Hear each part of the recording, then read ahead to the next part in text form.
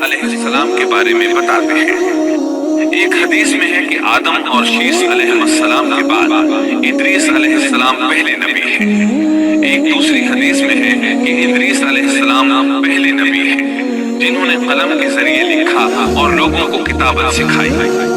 हाफिज इब्न कसीर ने उनका हुलिया कुछ यूं बयान किया है: पूरा कद-ओ-कामा, खूबसूरत, खूबरू, घनी दाढ़ी, उम्दा औसाफ के मालिक, चौड़े कंधे, मजबूत हड्डियां, दुबले पतले, सुरमकी चमकदार आंखें, गुफ्तगू बावकार, खामोशी पसंद, संजीदा और मतीन, चलते हुए नजर निश्चित, इंतहाई फिक्र खौफ के आदी, गुस्से के वक्त सख्त गजबनाक, बातें करने में शहादत की उंगली से बार बार इशारा करने के आदी।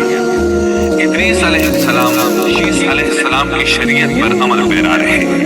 क्योंकि इदरीस अलैहिस्सलाम रसूल भी थे, इसलिए अल्लाह की तरफ से मुस्तकिल उन पर शरीयत नाजिल हुई, जिसकी तशरीह और तफसीर करके लोगों को अहकाम इलाही से आगाह फरमाते हैं। इदरीस अलैहिस्सलाम ने जब देखा कि मुफसिदीन ईमान वालों पर जुल्म और ज्यादती कर रहे हैं, उनका फसाद बढ़ता जा रहा है और समझाने के बावजूद ये लोग बाज नहीं आ रहे, तो उन्होंने अपने पैरोकारों को जिहाद का हुक्म दिया। इदरीस अलैहिस्सलाम पहले शख्स हैं जिन्होंने अल्लाह के रास्ते में जिहाद किया, गनीमतें हासिल की और दुश्मनों को कैदी बनाया है, लेकिन गनीमतें और कैदी उनके लिए हलाल नहीं थे। रसूलुल्लाह सल्लल्लाहु अलैहि वसल्लम पहले रसूल थे जिनके लिए गनीमतें हलाल की गई, लेकिन ये बात यकीनी है कि जिहाद सबसे पहले इदरीस अलैहिस्सलाम ने किया। उन्होंने जिहाद के लिए सबसे पहले एक लश्कर तैयार किया, फिर उस लश्कर को दो हिस्सों में तकसीम किया।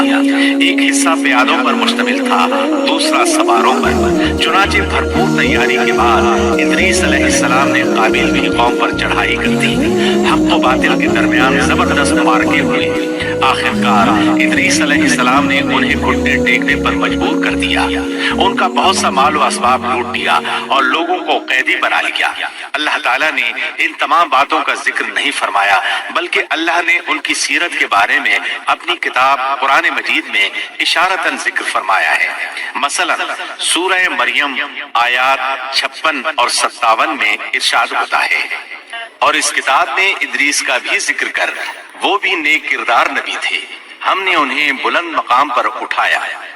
उनके बुलंद मर्तबे के बारे में बुखारी और मुस्लिम में हदीस मौजूद है कि नबी करीम सल्लल्लाहु अलैहि वसल्लम ने फरमाया, मैंने मेराज की रात चौथे आसमान पर इदरीस अलैहिस्सलाम से मुलाकात की। वो चौथे आसमान पर बुलंद मकाम पर फाइज थे। इब्न जरीर ने एक रिवायत बयान की है। वो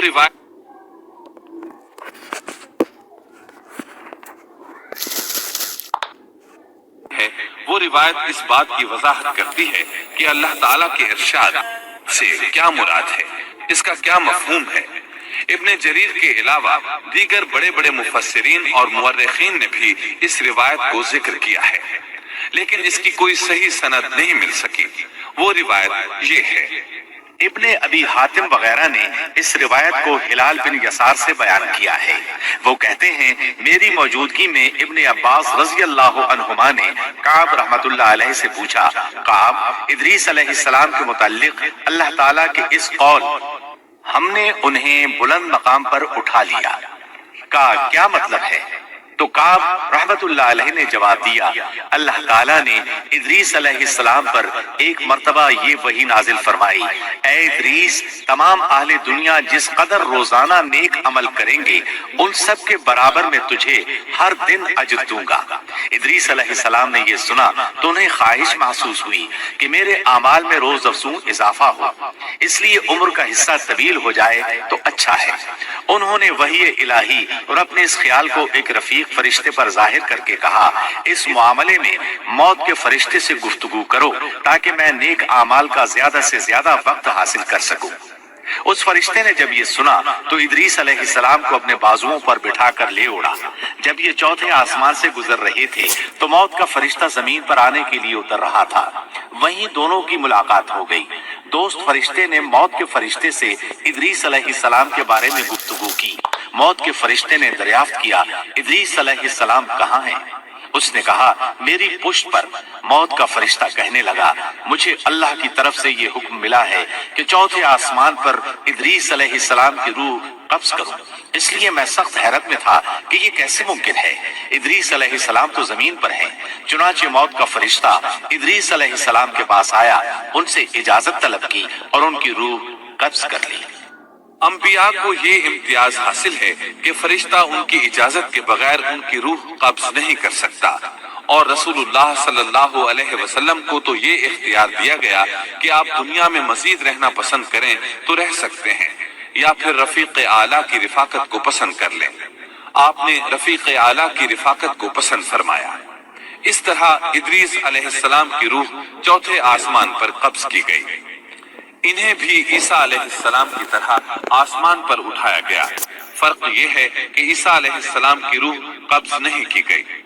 یہ واقعہ نقل کر کے کعب رحمت اللہ علیہ فرماتے ہیں کہ اللہ تعالیٰ کے ارشاد کی تفسیر یہی ہے، لیکن درست بات یہ ہے کہ یہ اسرائیلی روایت ہے۔ ادریس علیہ السلام کی وفات ہو گئی تو لوگ فساد میں اور بڑھ گئے، ان میں شر پھیل گیا، تاہم وہ توحید پر قائم رہے۔ بت پرستی کا ان میں کوئی شعور نہیں تھا۔ لوگ آدم علیہ السلام کی وفات کے 1000 سال بعد تک توحید پر قائم رہے۔ ان میں فسق و فجور ضرور تھا لیکن شرک نہیں تھا۔ اللہ تعالیٰ کے اس ارشاد دراصل لوگ ایک ہی امت تھے کا یہی مطلب ہے۔